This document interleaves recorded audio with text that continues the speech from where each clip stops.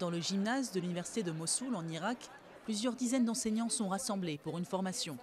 Sur ce tableau, l'instructeur a dessiné l'arbre des problèmes que peuvent rencontrer leurs élèves, et notamment inscrit « Parents tués, le spectacle des décapitations et destructions ». Mossoul sort tout juste de 3 années sous le règne du groupe État islamique.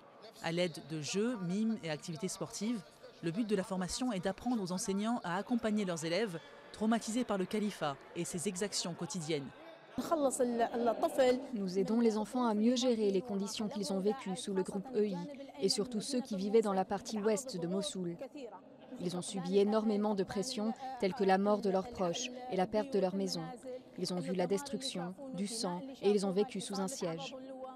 Les 9 mois de combats sanglants et bombardements aériens pour chasser les djihadistes du groupe EI ont aussi laissé des traces. Outre le stress et les mauvais souvenirs, les enfants de Mossoul qui ont repris le chemin de l'école doivent composer avec des bâtiments détruits. Nous avons été très affectés par le groupe État islamique. Nous avons été ciblés par des avions. Ma sœur, mes parents et mon oncle sont morts à cause de l'EI. Ils jetaient des gens depuis les toits d'immeubles et nous obligeaient à regarder. Ils tuaient les gens et les lapidaient devant nous et nous obligeaient à regarder. Nous sommes très fatigués à cause du groupe EI. Nous sommes encore fatigués à ce jour. Dans cet établissement, les 900 élèves n'ont plus cours que dans la moitié des bâtiments, l'autre moitié étant aujourd'hui un immense tas de gravats. Dans les classes surchargées, ils sont 5 et parfois plus à se serrer par bureau.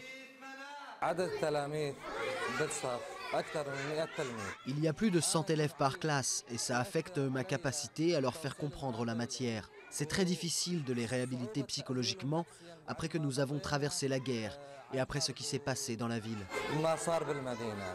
Aujourd'hui, les enseignants de Mossoul se sont investis d'une mission, redonner sourire, espoir et optimisme à une génération meurtrie par la guerre.